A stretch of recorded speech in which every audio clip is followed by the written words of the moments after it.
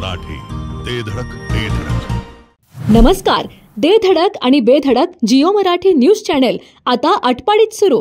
आटपाडी तालुक्यातील स्थानिक बातम्या पाहण्यासाठी जिओ मराठी आटपाडी या नव्या चॅनलला आत्ताच सबस्क्राइब करा आणि बेल आयकॉनवर क्लिक करा।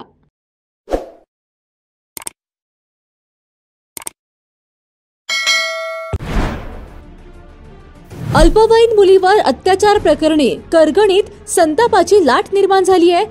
अशातच या प्रकरणातील आरोपीच्या फिर्यादीवरून 5 जणांविरोधात गुन्हा दाखल झाल्याने ग्रामस्थांनी संताप व्यक्त केलाय। त्यामुळे करगणीतील आक्रमक झालेल्या ग्रामस्थांनी रास्ता रोको करून संताप व्यक्त केलाय। शाळकरी विद्यार्थ्यांसह करगणीतील ग्रामस्थ या रास्ता रोको आंदोलनात सामील झालेत। यावेळी पीडित मुलीचा फोटो रस्त्याच्या मध्यभागी ठेवून श्रद्धांजली वाहण्यात आली आहे। अजून अशा यापूर्वी पण घटना भरपूर घडलेल्या आहेत, पण त्या आल्यात का पोलीस स्टेशन पर्यंत? नाही नाही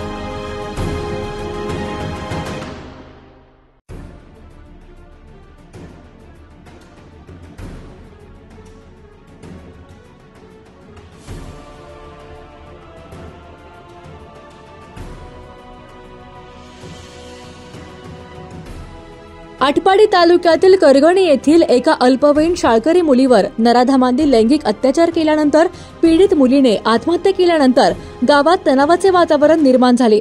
या प्रकारानंतर या प्रकरणातील आरोपी रामदास गायकवाड याला संतापलेल्या ग्रामस्थांनी चोप दिला होता।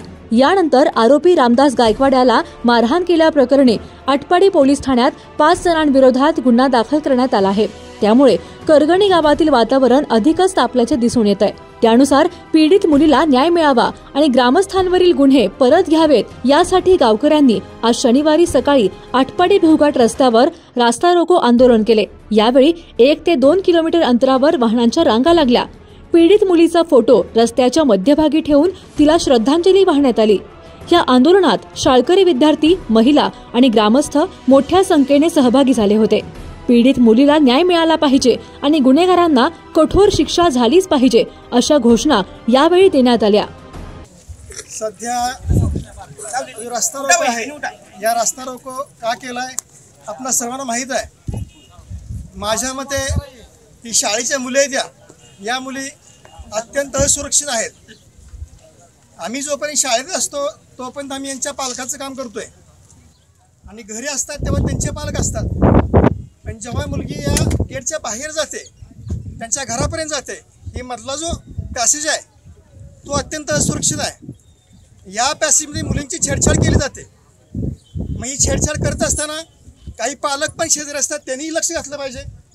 शिवाय पालक, शासन, प्रशासन आणि पोलीस यंत्रणा याला माझी विनंती आहे की आमच्या मुली शाळेच्या आहेत, त्या गेटच्या बाहेर गेल्या, घरी जाईपर्यंत त्यांचं संरक्षण करणं तुमचं काम आहे।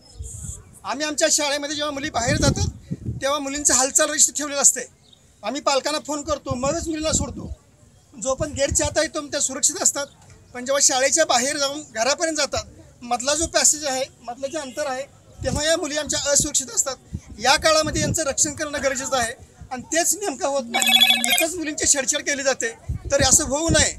आज करगणी गावामध्ये घडलंय, हे फक्त करगणी गावामध्ये नाही तर अशा अनेक शहरामध्ये जिथे जिथे शाळा आहेत, जिथं कॉलेजेस आहेत, अशा सगळीकडे ह्या गोष्टी घडत आहेत। आज करगणी गावावर हे आलंय, पण असं बऱ्याच ठिकाणी घडतंय, असं घडू नये आणि पोलीस यंत्रणेवर पण दबाव येतो यामुळं, किंवा प्रशासनावर पुन्हा दबाव येतोय। आणि म्हणून माझी विनंती आहे प्रशासनाला आणि पोलीस यंत्रणेला, तर ह्या चौक आहेत किंवा रस्ता आहे यामध्ये मुलींचं संरक्षण व्हावं। अत्यंत असुरक्षित मुली आहेत घरी जाईपर्यंत, तर इथं CCTV कॅमेरे असतं अधिक बरं झालं असतं। ग्रामपंचायतीनं CCTV कॅमेरा दिसेल कोणी छेडछाड केली वगैरे, तर या सगळ्या गोष्टी बोलण्याचं खूप आहे। पण थोडक्यात मी सांगतो, या मुली मधल्या काळात जेव्हा सुरक्षित आहेत त्याच्यावर तुम्ही लक्ष घालून तुम्ही मनापासून काहीतरी करावं, त्यासाठी यंत्रणा चांगली करावी आणि मग मुलींना संरक्षण मिळावं अशी मी विनंती करतो. जिओ मराठी, ते धडक ते धडक.